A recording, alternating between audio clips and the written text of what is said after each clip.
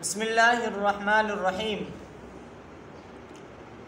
एक सवाल है कि क्या औरत के लिए जानवर ज़िबा करना जायज़ है?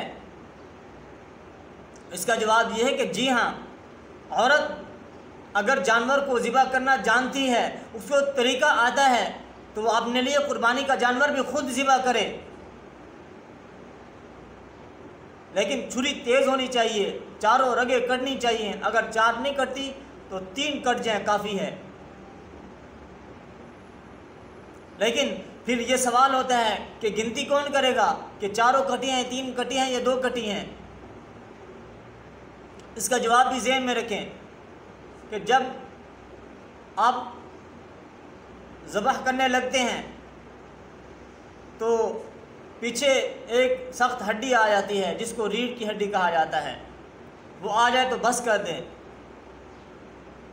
ये ज़बीहा हलाल है, अगरचे औरत ही क्यों ना ज़िबा करे। हमारे यहाँ देहातों में क्या होता है, जब जानवर अपनी ज़िंदगी के आखिरी मराहिल में होते हैं तो उस वक़्त हमारे यहाँ ख़वातीन मर्दों को ढूंढती फिरती हैं ताकि हमारे जानवर को ज़िबा कर दें, ये हलाल हो जाए, कहीं हराम ना हो जाए। इस डर के मारे उनको तो इस मसले का पता नहीं होता कि क्या औरत भी अगर ज़िबा कर दे तो ये हलाल है। इसी वजह से देहातों में बहुत ज़्यादा जानवर इसी वजह से मर जाते हैं। लिहाजा अगर औरत को ज़िबा करने का तरीका आता है, वो उस पर अल्लाह का नाम ले, ज़िबा करें।